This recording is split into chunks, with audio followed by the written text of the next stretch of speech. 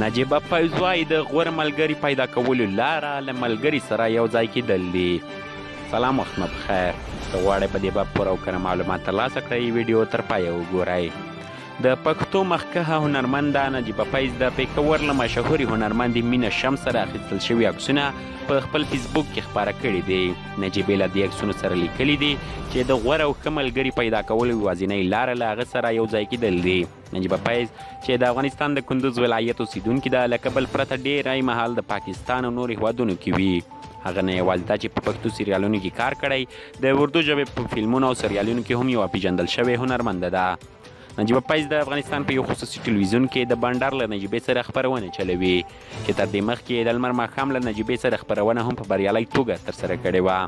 نجیبه فیض همداراز په پېښور او کراچۍ کې هم ډېر لیدل کېږي. هغه په پېښور کې له پښتنو هنرمندانو سره او په کراچۍ کې بیا د اردو ژبې له هنرمندانو سره اړیکې لري او وخت ناوخت یې عکسونه هم خپروي. دا تازه عکسونه چې نجیبه فیض او مینه شمس اخیستي دي، په اړه یې دا نه دي لیکلي چې دوی چیرته دي او څه شی کوي، خو له عکسونو څخه ښکاري چې دا په یوه خام یا کچه کور کې اخیستل شوي دي. مینه شمس بیا په پېښور کې د پښتو په ډېرو سریالونو کې کار کړی ده او هلته یوه پیژندل شوې هنرمنده ده، خو له څو کلونو راهیسې په سریالونو کې کار پرېښی دی. مینه شمس په خپله یوه مرکه کې ویلي وو چې د پښتو سریالونو معیار هغه پخوانی نه دی پاتې، نو ځکه یې څو کلونه کېږي په پښتو سریالونو کې کار نه دی کړی. هغه بیا د پېښور په یوه خصوصي پښتو ټلویزیون کې کار کوي او ځینې خپرونې په مخ وړي. تر بل ویډیو مو په یو بخښونکي خدای سپارم، هر چېرې چې یاست تاسې بریا زموږ دعا.